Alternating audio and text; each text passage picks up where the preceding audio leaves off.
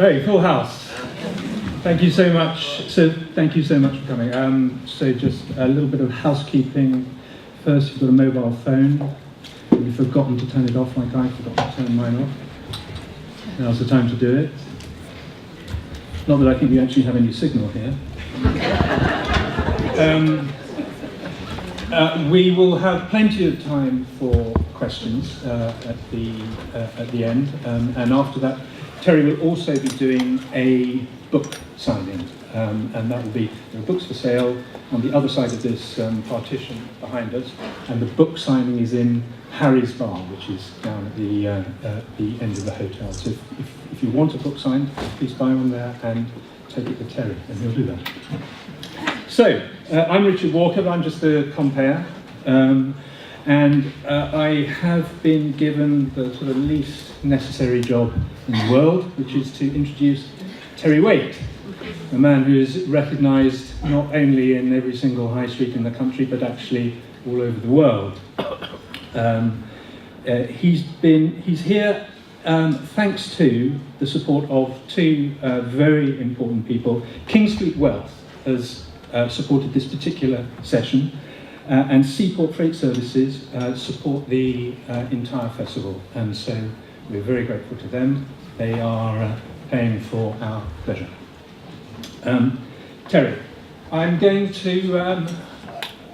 give you a brief, potted biography of Terry, so we know what we're dealing with.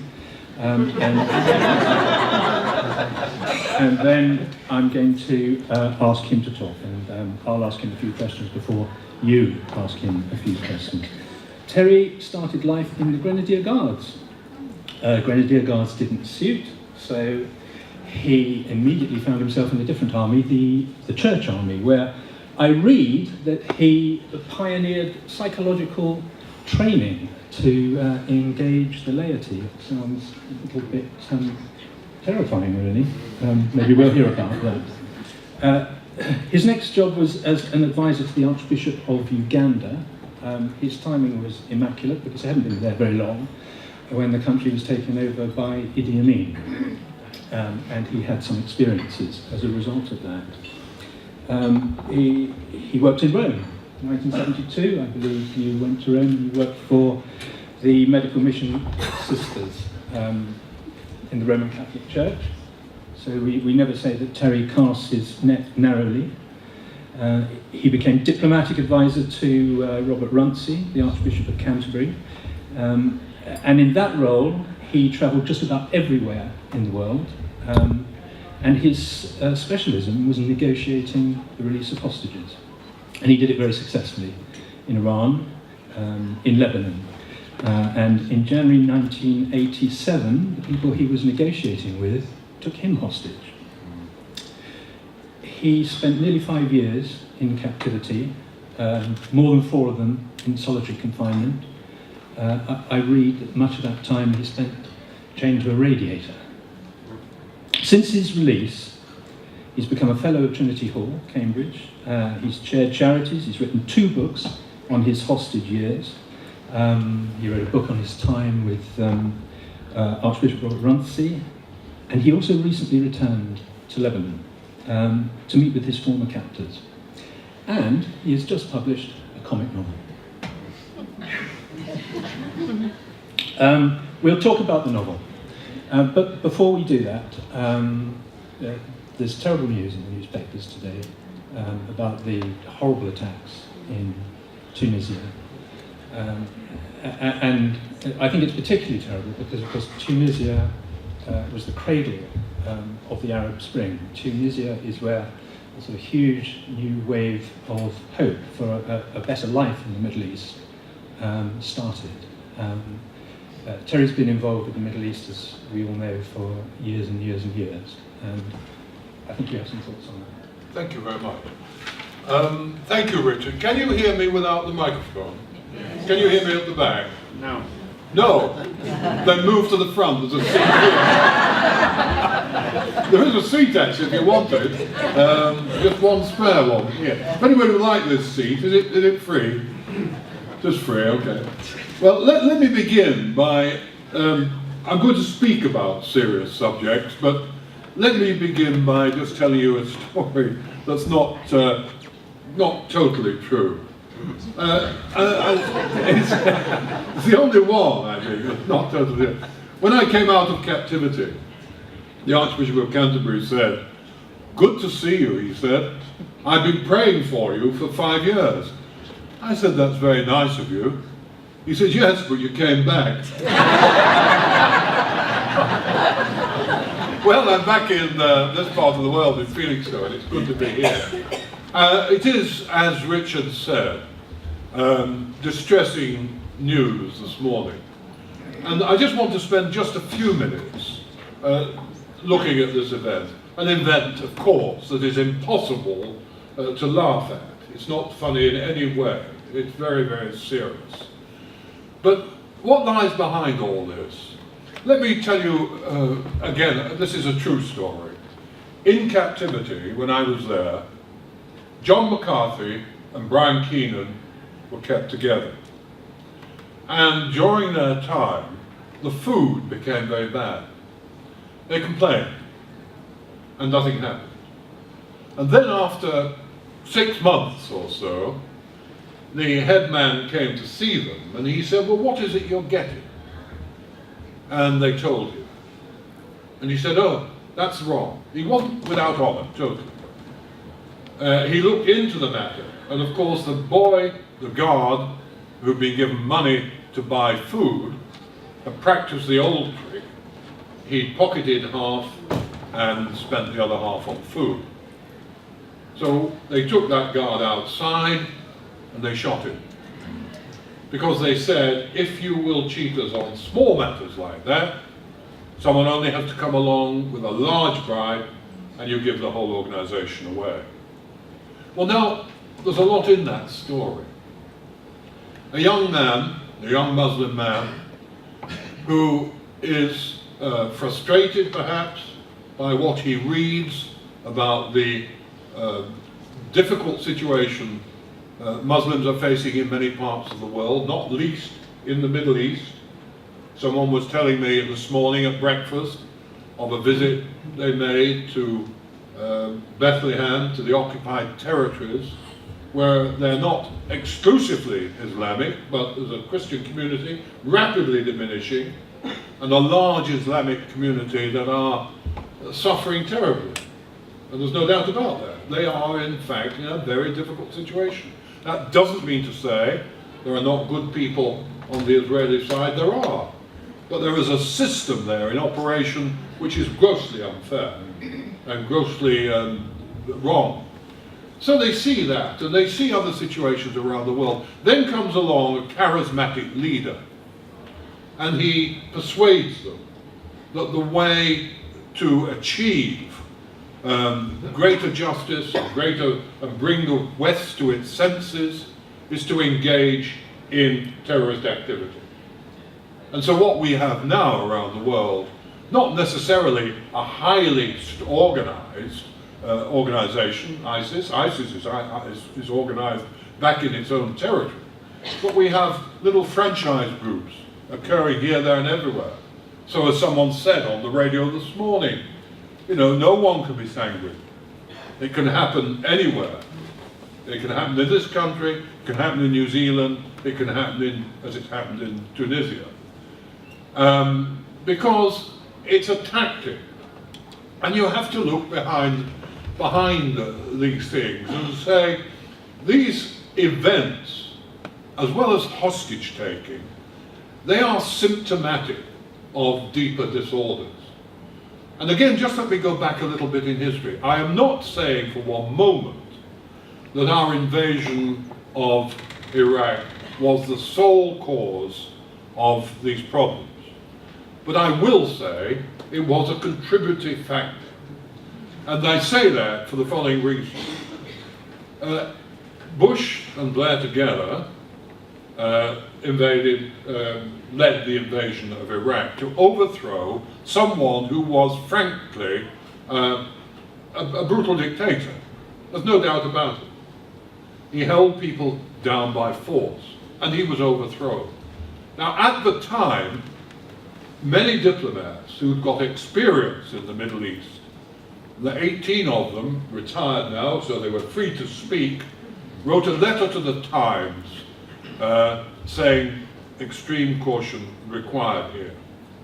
And I remember saying myself on more than one occasion, remove a dictator by force, who's held the people down by force, and you release forces you are not able to control. That happened in Iraq. Look at Syria, again, now. Attempts to remove him, and forces are revealed. Look at Libya. Gaddafi, I met Gaddafi, and we maybe talk about that later, it can come up in your questions. I spoke with him. People said it's impossible to talk to Gaddafi. It wasn't impossible. He was a difficult man. He was eccentric, perhaps bordering on various forms of mental trouble that I don't know, I'm not qualified to talk about. He was an unusual man, but it was possible to talk with him.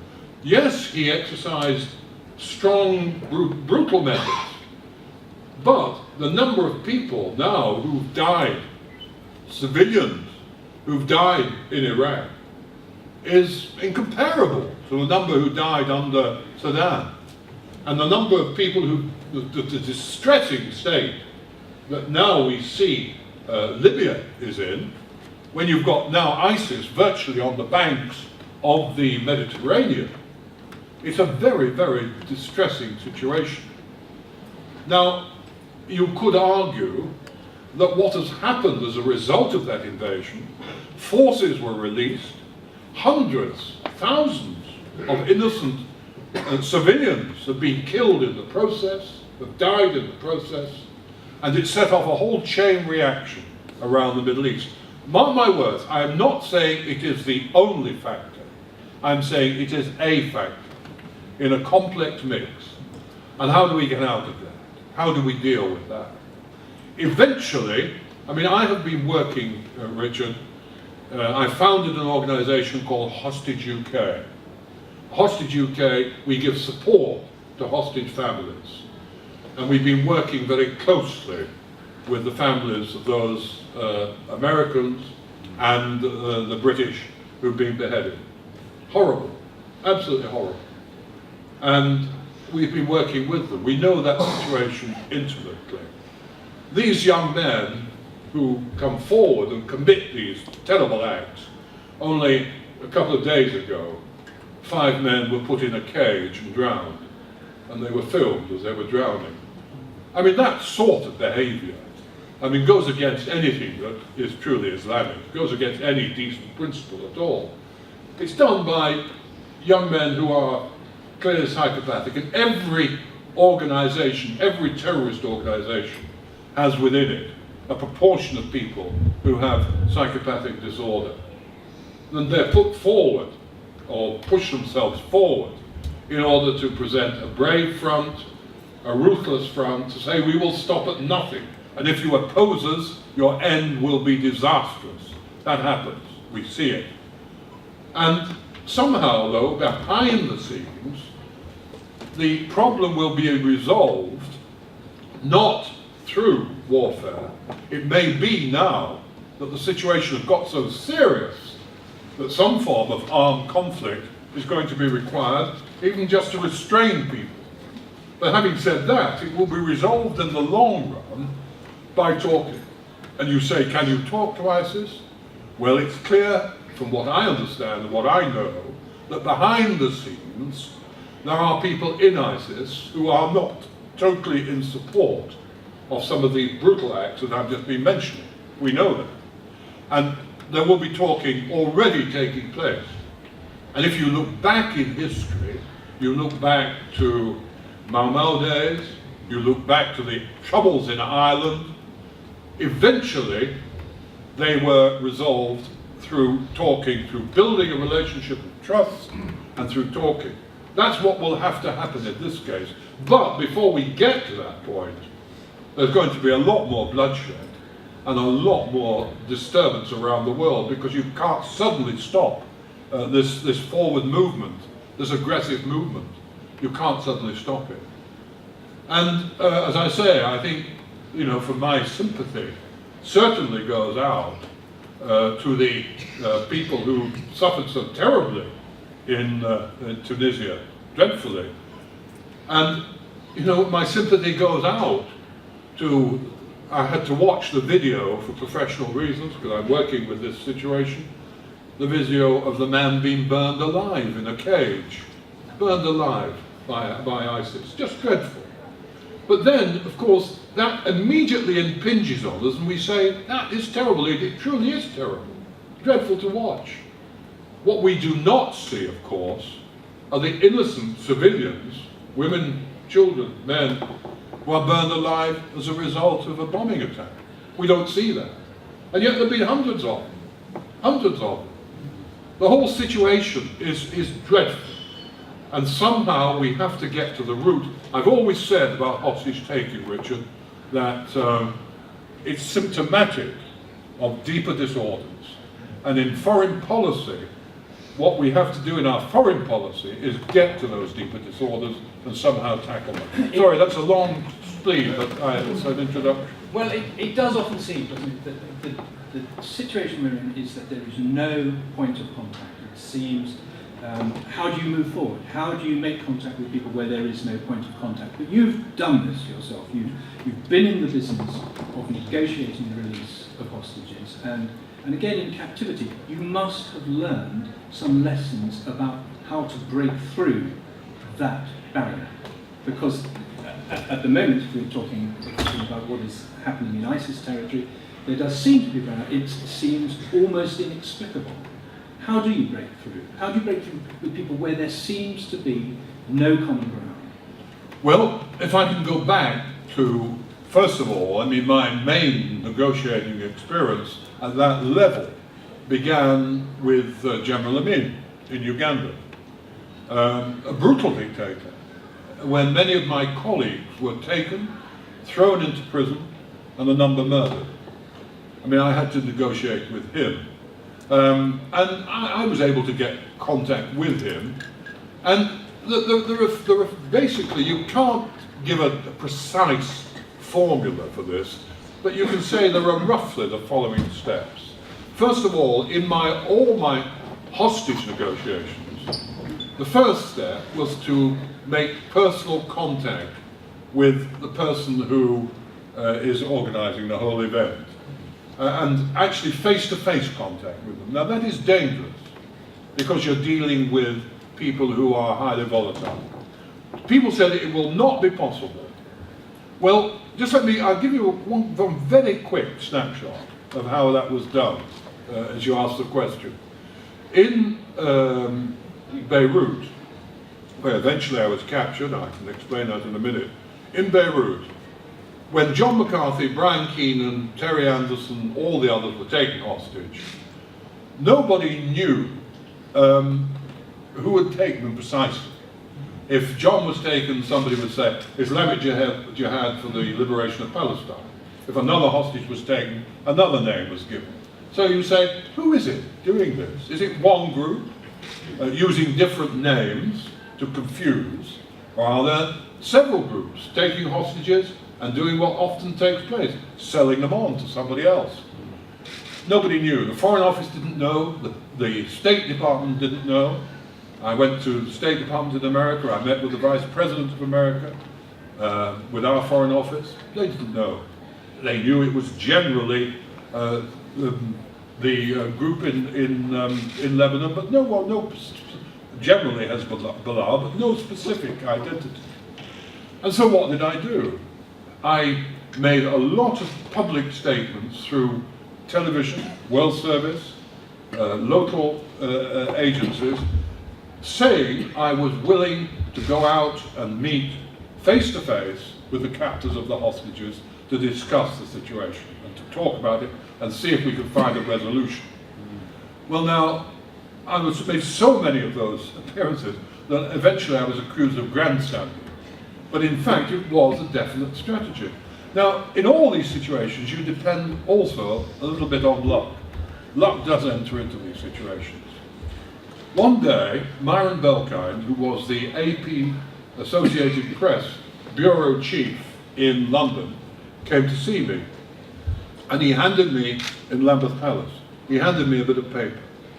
And on this paper was a message, and the message said, "We're the people you want to see, come and see us." Words to that effect. It was signed by 4 men, Americans in this case, whom we believed to be in captivity. So the first thing you do is check for authenticity. Those signatures were correct. And so therefore, okay, I took up that offer and got out there, that's another story. But years later, I discovered what had happened. The captors had heard my messages through the media, through the BBC, through other agencies. They decided to talk with me, which was an indication that they were willing to talk because they had another agenda. They went into the cell where these men were kept. With this pre-written message, they got them to sign it.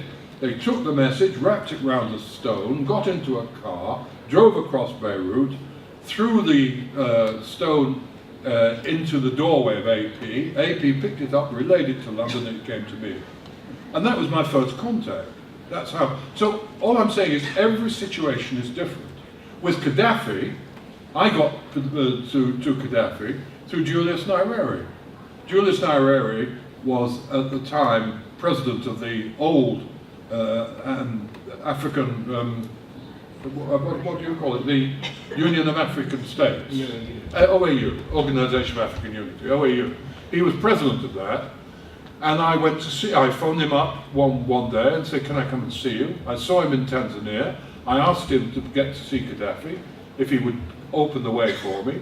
He said, "Gaddafi's a strange man, I can't promise." But within 2 weeks, he'd done it, and I was meeting with Gaddafi and talking with him. And it's all about building trust, getting to the root of the issue, trying to listen, rather than going in with the aggressive, "I'm here to defeat you." I'm here to listen to you and listen to what you're saying. These are in political cases. There are two types of hostage taking, of course. There is the criminal type, which is for ransom.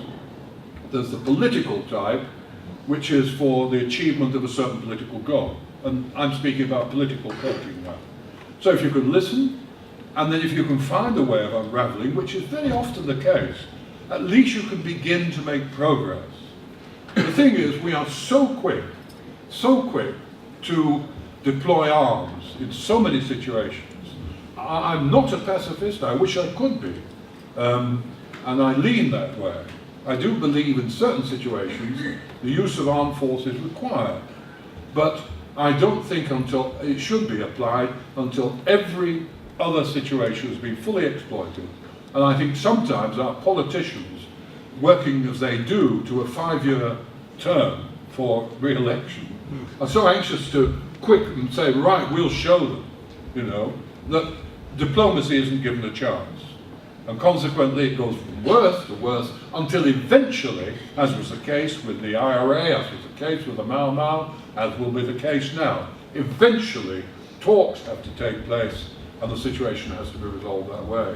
But the whole time you're doing this, of course, you're giving yourself a higher and higher profile. You're making yourself a valuable counter in the game, and you're making yourself more and more vulnerable to being put into captivity yourself. Now, I'm sure you were saying to yourself, no, that's not going to happen, but that turned out to be wrong. Well, it did. I was captured, and someone asked me this question, and I promised to answer it.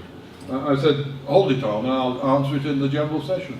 About your capture, he said, actually, were you naive in going back? Well, the answer is I don't believe I was naive. I believe I was trusting, yes. But I went back on the following ground. If ever you think that I am full of altruistic motive, then, I'm not. I'm like any other human being, a mixture. And I don't believe that most people are, well, there are not many people, let me put it that way, who are full of altruism. I went back to Beirut at a time of great political trouble. One of the difficulties facing a humanitarian negotiator such as myself is this, that if you are able, as I was, to establish contact with hostage takers under highly secret and difficult circumstances, you can guarantee that every intelligence agency in the world will want to know you who've got an interest in that matter. And your problem is this: how much do you share, how much do you keep to yourself? Because on the one hand, you want to support people who are seeking the release of innocent people who are captured. On the other hand, if you've any political savvy, you'll know governments play games and sometimes dirty tricks that you don't wish to be associated with. So you tread a very delicate line. Everybody wanted to know with me. I tried to follow that procedure with Oliver North. I certainly didn't tell him everything, but I made a fundamental mistake in accepting an American helicopter to take me into Beirut at one time when I couldn't get in any other way, and was associated with him in other ways also.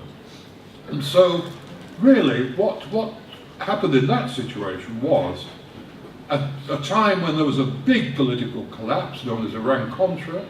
I can explain it, but it's going to take too long. But just to say, there was a political collapse, and I was advised not to go back by my Archbishop. However, I also had information that the hostages were ill, and I was told by the hostage takers that one was about to die. And they said I could go and visit him. And I debated with myself, and I said to them, directly to their face, because I was in Lebanon, I said, look, if I come with you, you will keep me. And he said no. And I went away, thought about it for 24 hours, and decided this. I said, and this is where personal motive comes in, personal consideration. I said to myself, if they are telling me the truth, and if that man dies, and I haven't had the courage of my conviction to go back, I'm going to have to live with my conscience. And so I trusted him to that point. I went back and was captured. That was it. Okay, I can live with my conscience because I believe, as far as I'm concerned, I did the right thing. And I'm not being smug about that, I just believe for myself. But, you know, it was interpreted in all sorts of ways. Like the gentleman said, were you naive? Did you go get... The Archbishop didn't want me to go back. And if it had been a member of my staff, I would have said, for goodness sake, don't go back. But sometimes, in life, there comes a point where you know you must do what you really believe, otherwise you're just a total fake. You know, you're just a showman. And I don't want to be that. Before we wrap up this part of the conversation, Terry, let me ask you this. I think in the last 4 years or so, we've kind of seen two completely contrasting sides of change in the Middle East, the place that you've been so bound up in. We saw the Arab Spring, and it spread from country to country to country, and we saw this huge sort of upwelling of hope for change, which was positive change, desire for some form of modernity. It seemed hugely positive, and we've also seen the complete, total opposite of that. The Arab Spring has to some extent collapsed, and this sort of malignant force has come to the fore instead. So we had Al-Qaeda, now we've got ISIS, we have the disaster of the Muslim Brotherhood government in Egypt, everything that looked so promising for such a brief moment seems to have turned very dark. Are you hopeful?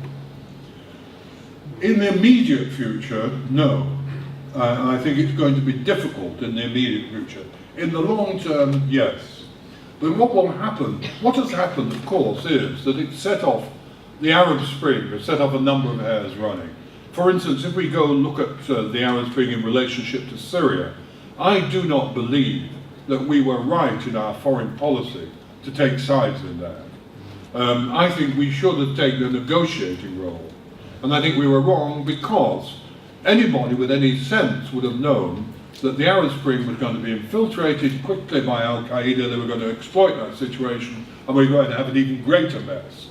So therefore, a mediator, no matter how bad, you know, sometimes better the devil you know than the devil you don't know in these situations. And that sounds a difficult thing to say, but it's true. It's a fact.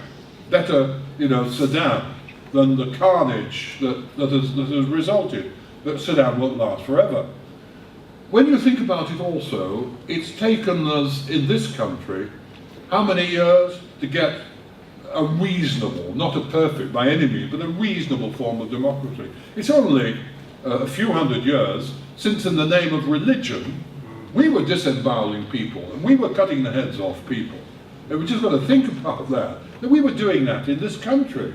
And Islam has never had a reformation. It's not been reformed. And what has happened now, one of the hairs that has been set running in Islam is this long-standing conflict between Shia and Sunni, which is a big, big issue. Sunni being the strict orthodox, Shia being, as some would consider, a deviation from the orthodox and different. But what has happened as a result of our invasion, it has opened the gates for Iran, which is in fact a big power and a big Shia stronghold, to spread the Shia influence now across the Middle East and to actually gain a foothold. So we've got the conflict there, religious conflict, as well as all the economic difficulties, leadership difficulties and so on. The problem eventually will have to be resolved by the Islamic world and by Islamic leaders coming forward and being brave enough to actually state the truth about the situation and not just fall into the pattern of violence, which we've got into, we are in. And I heard the other morning, I was greatly encouraged, I can't remember his name, but I heard on the Today programme an Islamic leader from this country speaking the most clear common sense about the situation and saying how we have to do a lot of work with young people so that the next generation will not in fact fall into this way. But there's not going to be an easy answer to it, and I'm sure we all know that. And there's going to be a lot more suffering yet, which is regrettable. So, we've done a lot of comedy up to now, haven't we? Very funny, isn't it? Yeah. Terry, you've written a comic novel. I'm not going to reveal too much about it. I'll let you say anything you like about it. But what I will say is, so I think we would call it a picaresque. Oh, that's what you could, yeah. Somewhere. And whatever we call it, we begin with a sort of retired supermarket dog's body in Grimsby and his wife, who's not always in a good mood, and a failed senior Navy officer who is actually just in shouting distance down the coast in Frinton. Essex, of course, we won't hold that against them. And a lottery win of several £1 million, which kicks things off, and it just sort of rattles on from there. And oh yes, and there's a great character. He's a former hostage turned lecturer, very comical. Toby Troy, yeah. Well, let me give you the background to the book. When I was in captivity, I was no books or papers or anything for years. And, you know, I used to was chained to the wall for 5 years. It wasn't actually to a radiator, I mean, that's the story, but it was actually to staples in the wall.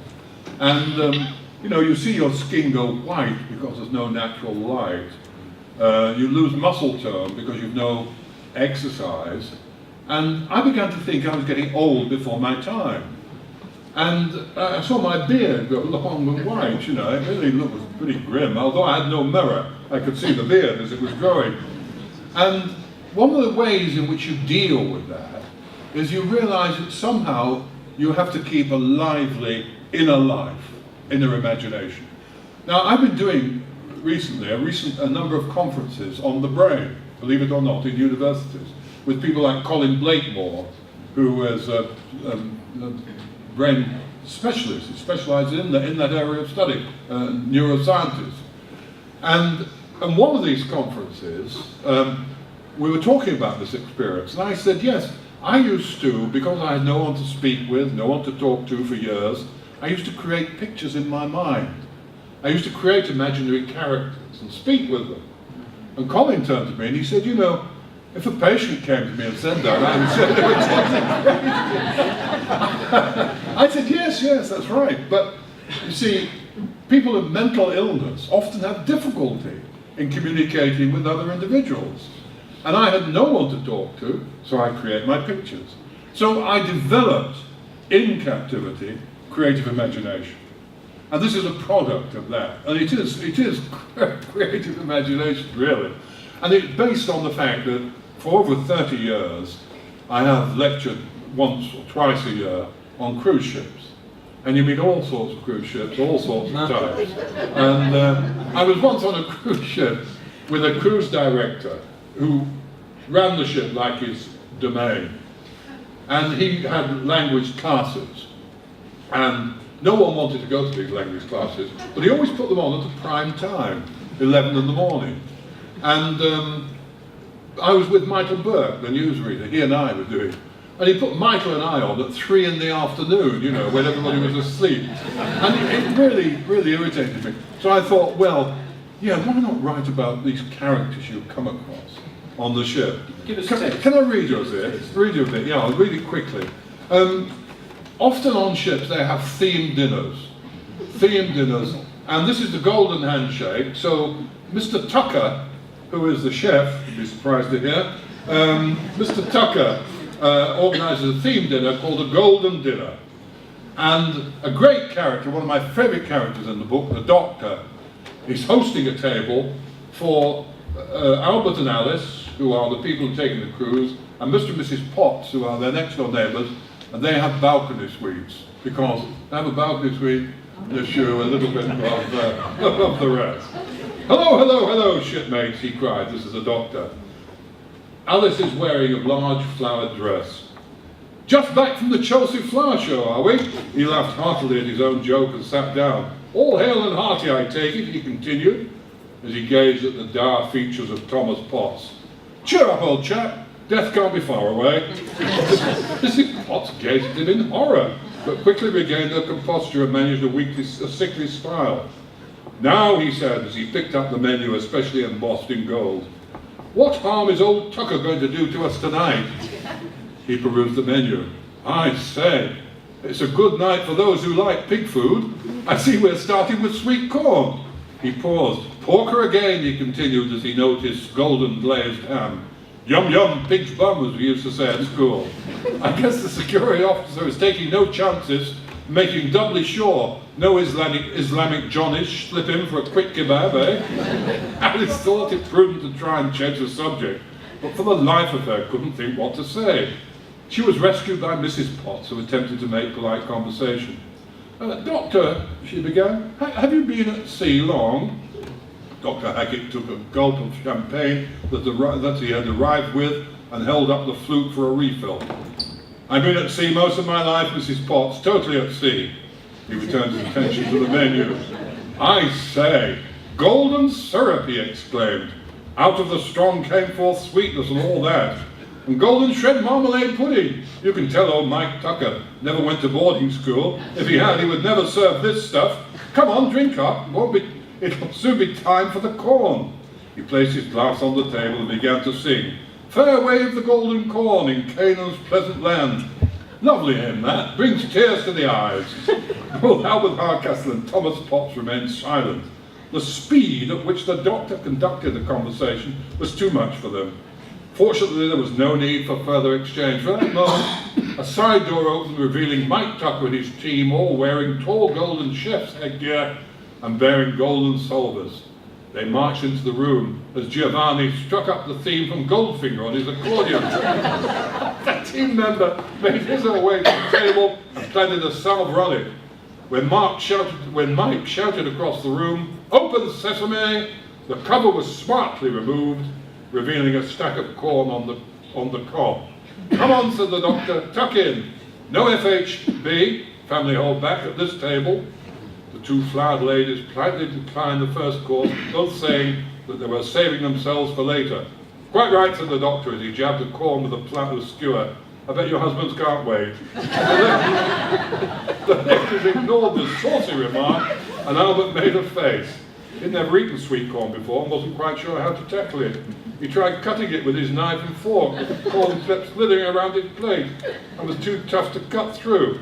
Thomas, on the other hand, picked it up with his fingers, but as it was so hot, he promptly dropped it, and he went sliding under the table.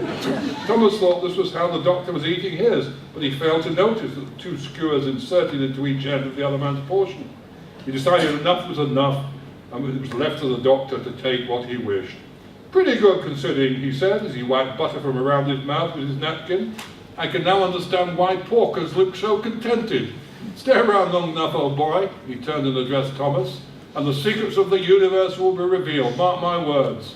I knew a fellow once who ate nothing but carrots, day in, day out, carrots. He turned bright orange. He didn't feel too good, but at least he looked bright.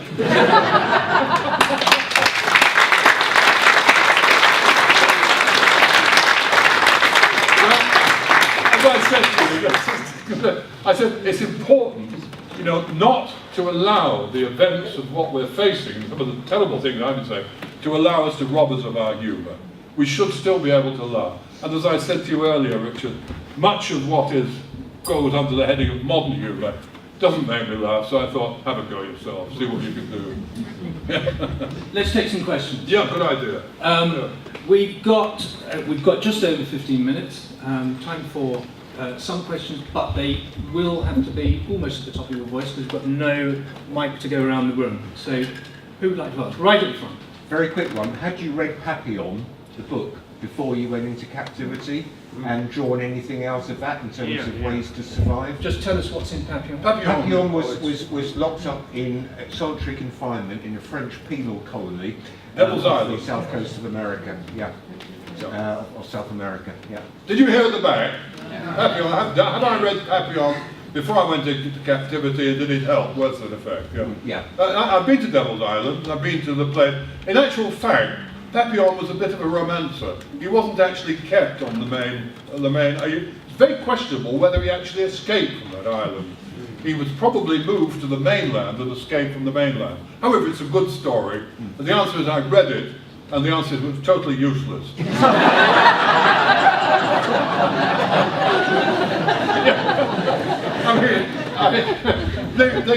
I'll tell you a story about it very quickly.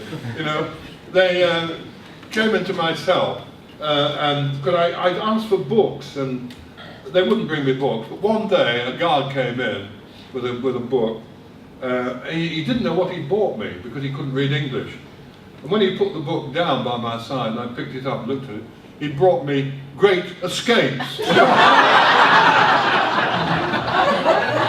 And in that book, it's got about the wooden horse. You know, and when the guard come into the cell and say, well, now, is there anything in a perfunctory way? You know, is there anything you want?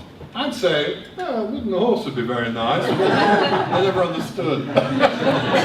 Gentleman in the second row. Terry, I was very interested to know what impact World Service had from a point of view of helping you survive during that period, because I understood you didn't get a radio until much later in your career. No, I got a radio. What help did World Service have to help me survive? I didn't have a radio for about 4.5 years. But then I did get a radio. Well, first of all, I used to tap every night. I used to tap on the wall my name. You couldn't tap it out in Morse code because you can't distinguish Morse code anymore, but you could do it this way. You know, 1 for A, 2 for B, 3 for C. It's then you regret your name's Terry Waite. Anyway, after about 3.5 years, I heard the tapping come back. Terry Anderson, Brian Keenan, John McCarthy, they were next door. And they'd been chained to the wall, so now they could tap back. And they had a radio, and they brought me news of the outside world. For the first time in years, they brought me news that my family were fine, because my cousin John is a broadcaster, John Waite, and he was able to make occasional forays into the World Service to broadcast snippets of news. I learned of the fall of the Berlin Wall. Totally surprised to me, I learned of the end of apartheid, which I never expected to see in my lifetime, having worked many times with Desmond Tutu. So I learned all these things through the war. Then eventually, I did get a small radio, a $10 radio as I called it, you know, little battery. And I was terrified in case the batteries ran out and they wouldn't replace them. But they always did, because it was coming right to the end of captivity.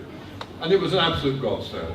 I've been a great believer, supporter of the World Service, and subsequently, and prior to that, made many broadcasts on the World Service.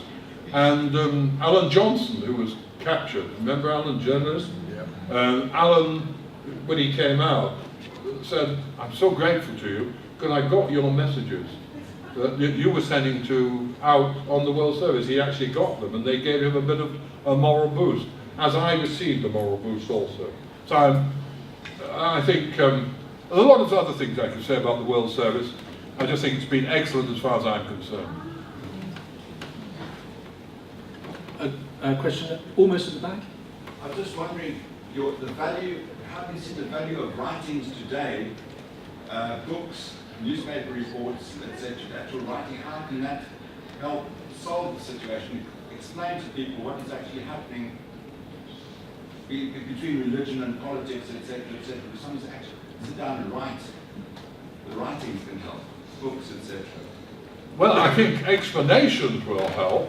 I mean, I don't know if you know or not, but the number of journalists who have been killed in the line of duty over the last years has been absolutely dreadful, absolutely dreadful.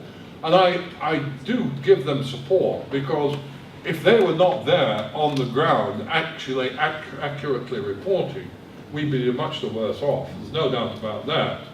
Having said that, when it comes not to news reporting, when it comes to comment, I think we need comment that is reasonable, that is balanced, and that will get behind the scenes so that you can begin to see, as I was trying to discuss at the beginning, some of the roots of this issue. That's what we need. And some people have been very good at that. I mean, one writer whom I read, who's died now, sadly, who had motor neurone disease, but wrote, he was Jewish, and he wrote very penetratingly about the situation in the Middle East. Tony Judd is his name, and if you ever come across Tony Judd's writing, they're brilliant, because he was able to, from a Jewish perspective, but nevertheless paint an extremely reasonable picture of the problems facing that particular region, which are problems for Israelis as well as problems for the Palestinians. And where you get that sort of informed comment, it's good. The trouble is, I think we're getting a lot of, also, when it comes to comment, getting some sensational rubbish, which is not worth bothering with. But how do you know? I mean, if you're an ordinary member of the public and you're not au fait with these situations, how do you make your discernment? It's pretty difficult. I recently read in the paper that David Cameron had said that there was austerity preceded the two world wars, and that it was very worrying times. Do you think there's anything that can happen for a third world war? The fact that we are in this period of austerity? David Cameron said, apparently, and this is the question, that before the first two world wars there was trouble, building up to world war, austerity and what have you. Do you think we're in for a third world war? I think we're already in it. I think we're in a third world war, which is a very different type of world war. Rather than the old conflict of armies facing up against each other, we've got guerrilla terrorist tactics popping up here, there, all around the world. So it is a world conflict. No nation can consider themselves apart from the troubles now. As I said at the beginning, it could blow up in New Zealand just as it can blow up in Tunisia or in London. And I think everybody has to be especially vigilant about it, because there will be more attacks in this country. I think you could say that with reasonable confidence. It's a very difficult situation. We are already in it, a third world war, in my view. Another question? Terry, it's great to have you here, by the way, in Felixstowe. I don't know if you'd said that yet, but thank you for coming. Yes. Can I ask, as a Christian, your faith, how has that helped you over the years, and perhaps how has it perhaps got in the way in certain circumstances? Well, the interesting question, thanks for asking that. I'm not the sort of person to wear my faith on my sleeve. I have my belief. When you're in captivity, you are stripped from all external supports. There's no church, there's nothing. So therefore, you really depend upon what you have from within. I could say, in captivity, something very simple in the face of my captors. I could say, you have the power to break my body, because I was tortured, I was beaten. You have the power to bend my mind, because I was interrogated. But my soul is not yours to possess. Now by soul, I don't think anybody can make an accurate definition of soul. But by it, for my definition, for my purpose, I said that's a total sum person of who I am. And even if you kill me, you will not possess me completely. Now that very simple belief, admittedly a simple belief, was enough to enable me to maintain hope. And if in situations of extremity you can maintain hope, you're halfway home.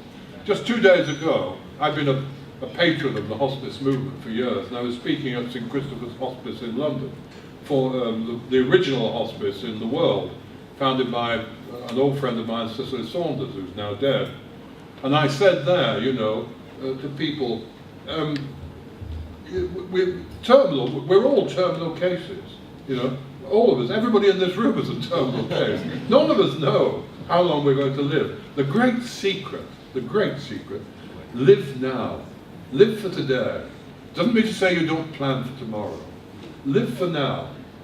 And remember, just if there's one simple thing from the Bible that I would hold on to, it's this, that we are co-creators with God.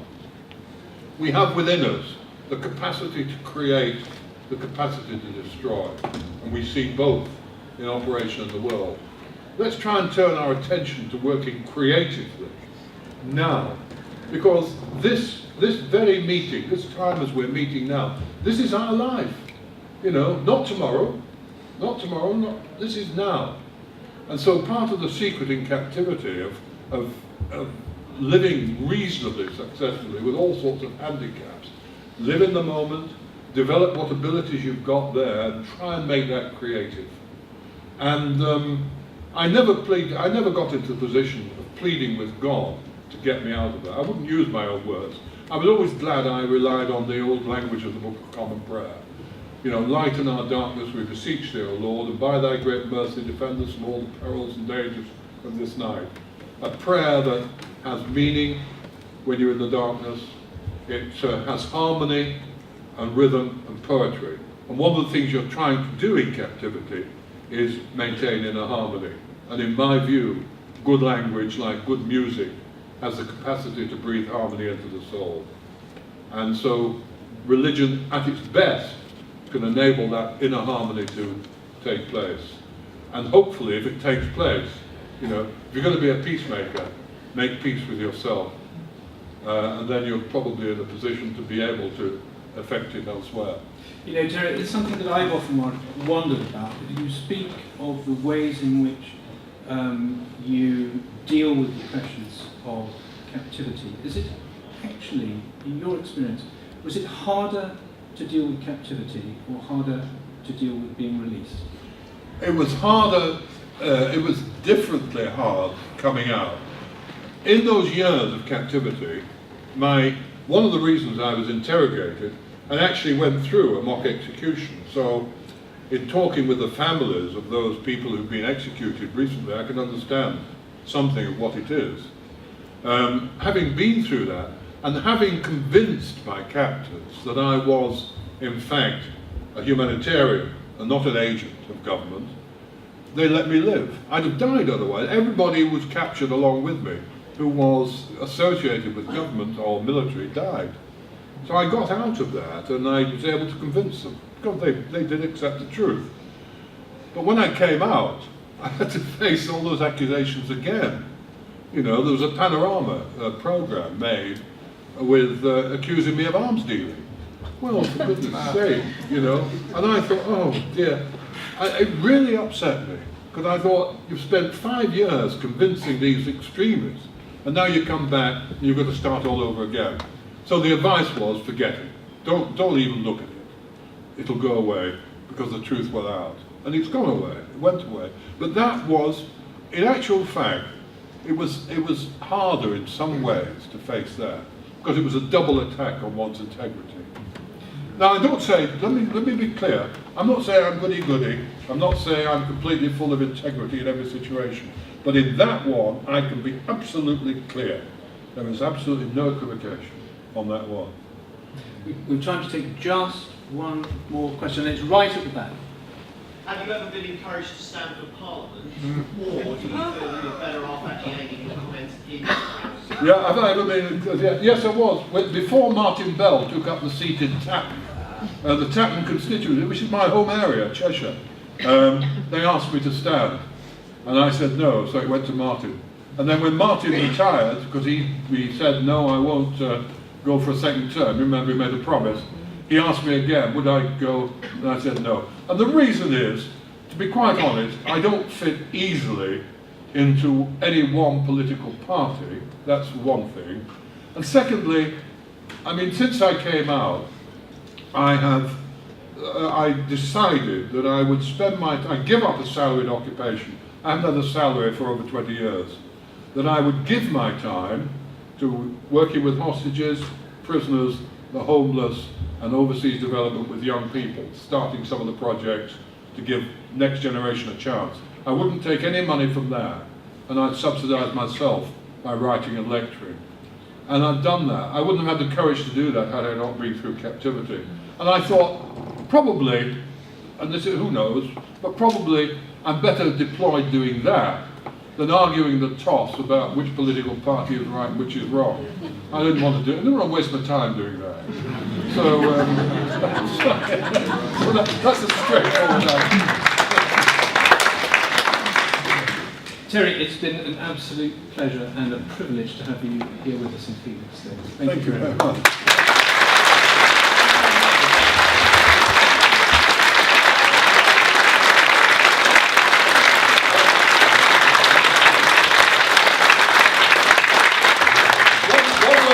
One word about the book. It has been proposed, and we're still in the process of looking at it, that this book be made into a sitcom. So if you want to get the chance of having first edition signed copy with the typos, it will be unique. I just say that, and I'm going to sign them now. Okay, thank you very much.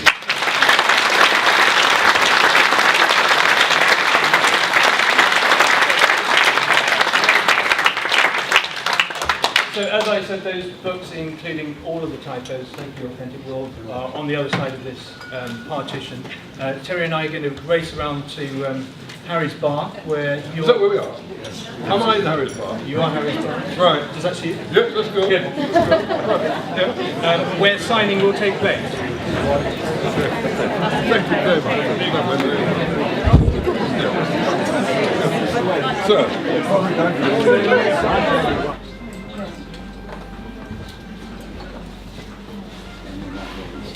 Quickly, doesn't it? Right, okay. Right.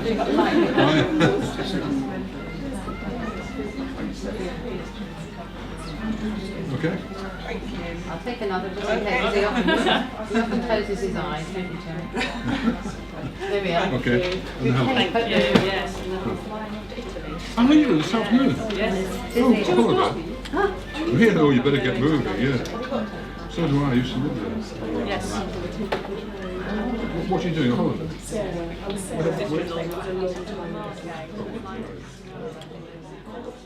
I know.